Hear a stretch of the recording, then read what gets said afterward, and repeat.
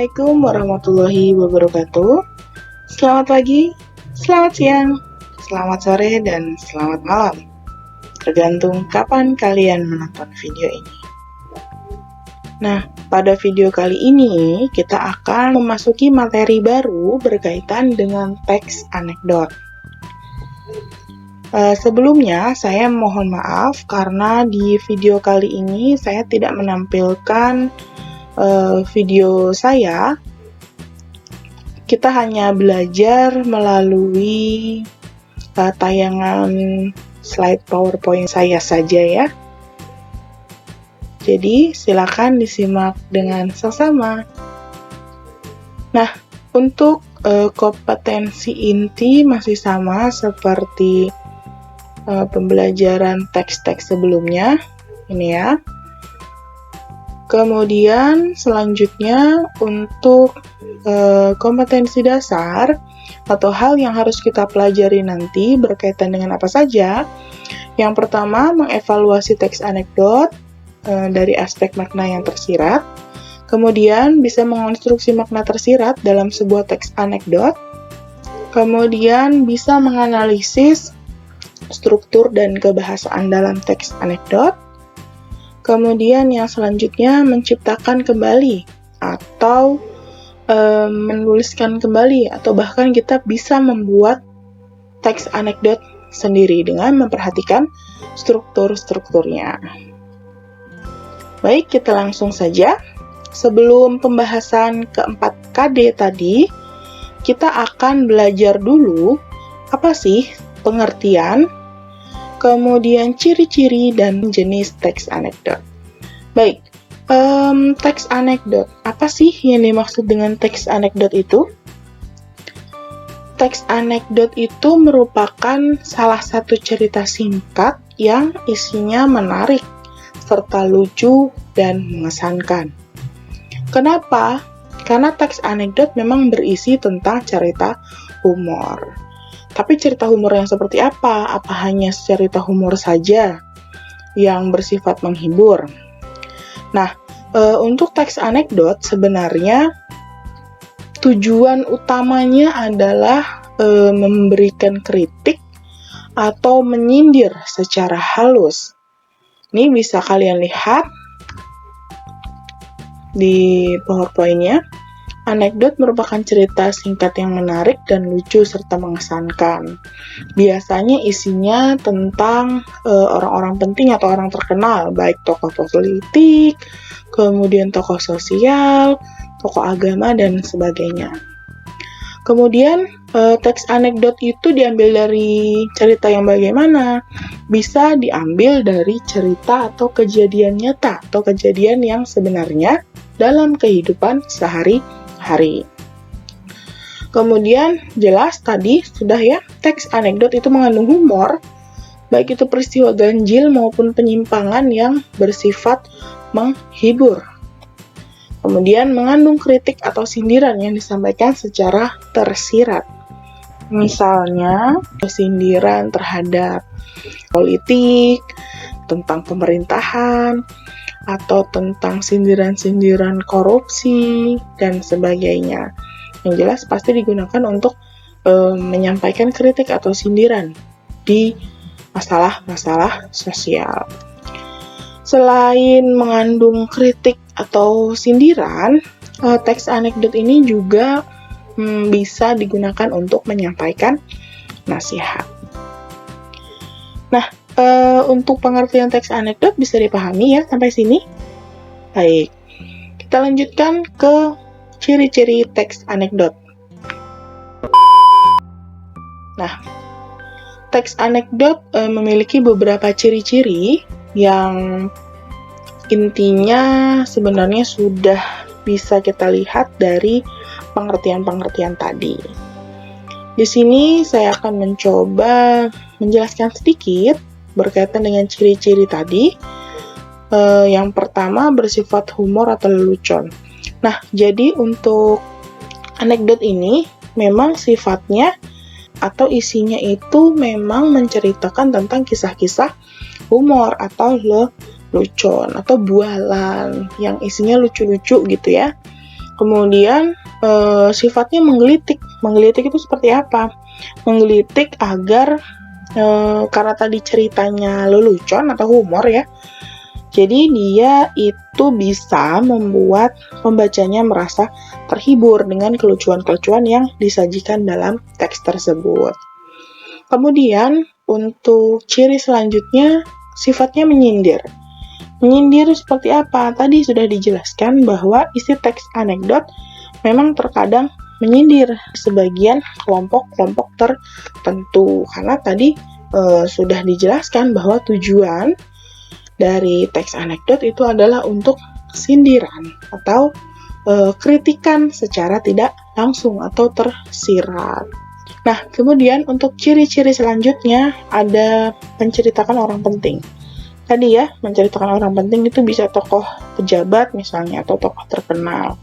Tetapi tidak menutup kemungkinan cerita anekdot itu menceritakan orang-orang biasa dalam kehidupan sehari-hari. Kemudian selanjutnya memiliki tujuan tertentu. Nah, tujuannya apa?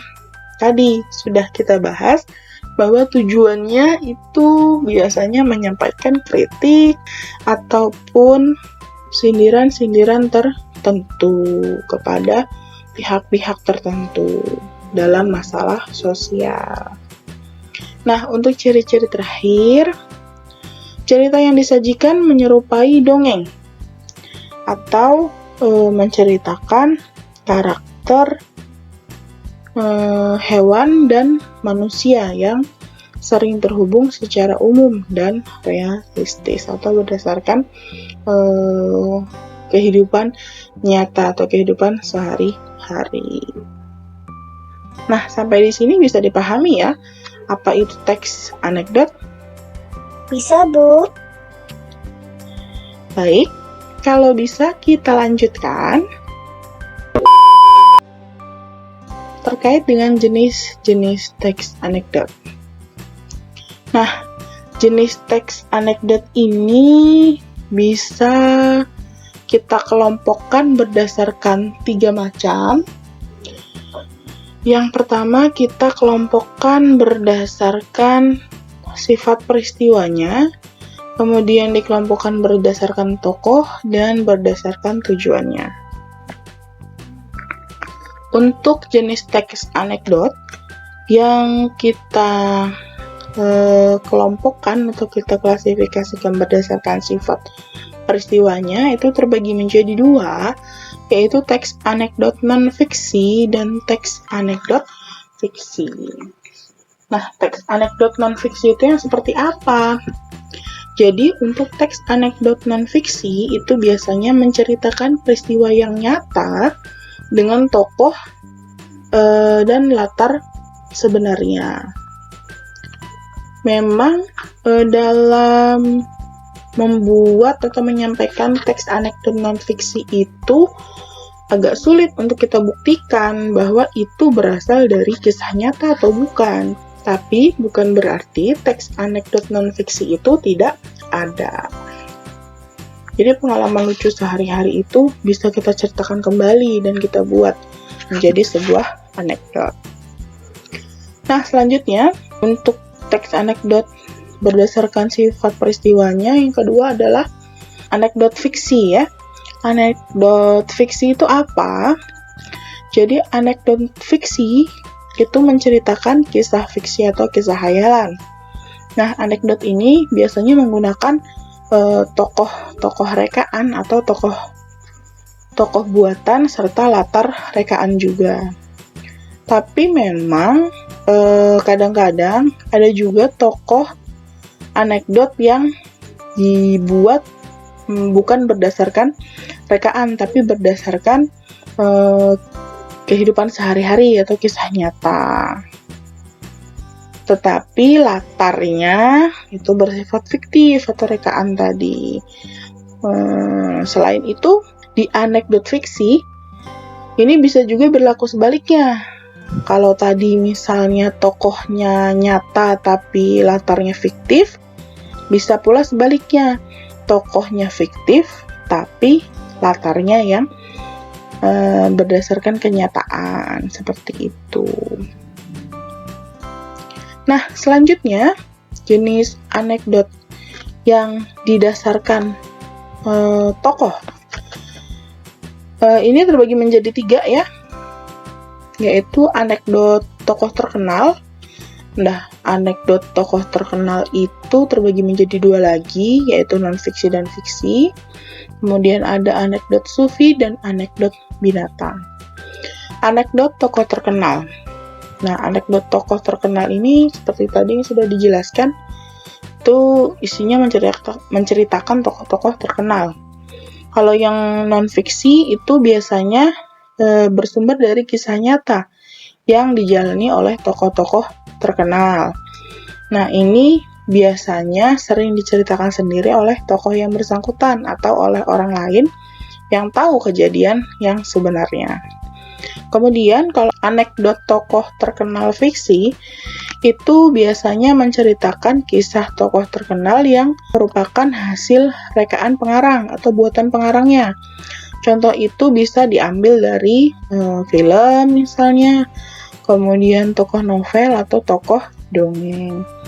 Contoh anekdot tokoh terkenal ini yang berupa fiksi ya, itu contohnya Abu Nawas.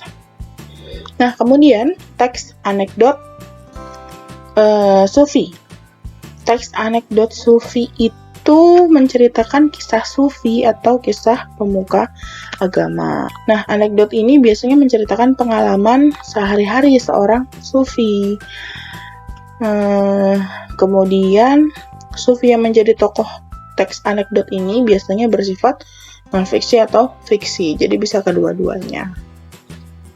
Kemudian yang terakhir, kalau berdasarkan tokoh, itu ada anekdot binatang. Nah, anekdot binatang ini biasanya menggunakan tokoh-tokoh binatang ya. Anekdot ini diumpamakan sebagai seorang manusia. Dalam anekdot ini juga, binatang itu dibuat bisa berbicara dan berpikir seperti manusia. Tujuannya, anekdot ini biasanya dipakai untuk menceritakan dan menyampaikan nilai-nilai kehidupan. Selain itu, bisa juga secara umum ya, anekdot ini dijadikan media untuk mengkritik, seperti itu. Nah, kemudian yang terakhir, untuk jenis anekdot didasarkan pada tujuannya. Didasarkan pada tujuannya ini ada 3, yaitu anekdot kritik, nasihat, dan hiburan. Untuk anekdot kritik itu sendiri, tujuannya pasti mengkritik. Apa yang dikritik? Biasanya mengkritik pemerintahan suatu negara, entah kinerjanya, entah yang tadi saya bilang kasus-kasus korupsi, dan sebagainya. Kritik ini ditujukan kepada siapapun, ya. Kemudian ini disampaikan secara tersirat atau secara tidak langsung. Kadang-kadang untuk anekdot kritik ini tidak menunjukkan tanda-tanda sebuah kritik, tapi penggolongan suatu anekdot ini berdasarkan tujuan penciptaannya. Kemudian yang kedua, anekdot nasihat. Anekdot nasihat ini ya seperti namanya, tujuannya untuk memberikan nasihat.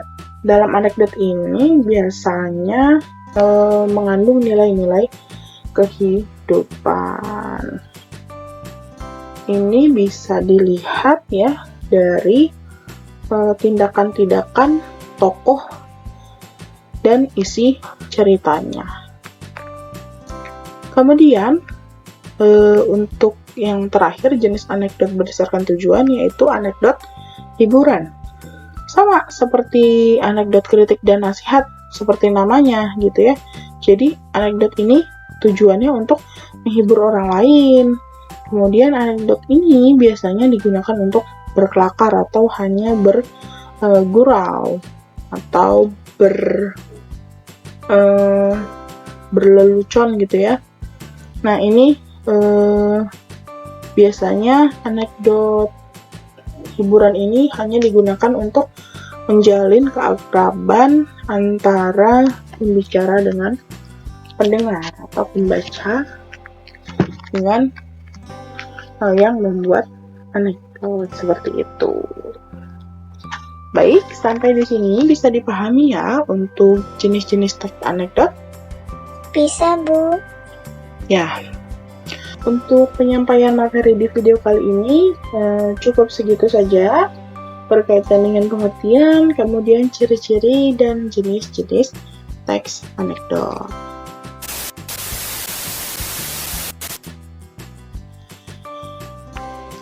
Nah, untuk selanjutnya kita akan mengevaluasi makna tersirat yang terdapat di dalam sebuah teks anekdot. Kita lanjutkan di video berikutnya ya. Jadi, sekian dulu video kali ini. Mohon maaf bila ada salah kata maupun perbuatan. Mohon maaf bila masih ada kekurangan dalam penyampaian video materi. Sekian dari saya. Billahi taufiq wal hidayah. Wassalamualaikum warahmatullahi wabarakatuh. Selamat pagi, selamat siang, selamat sore, dan selamat malam.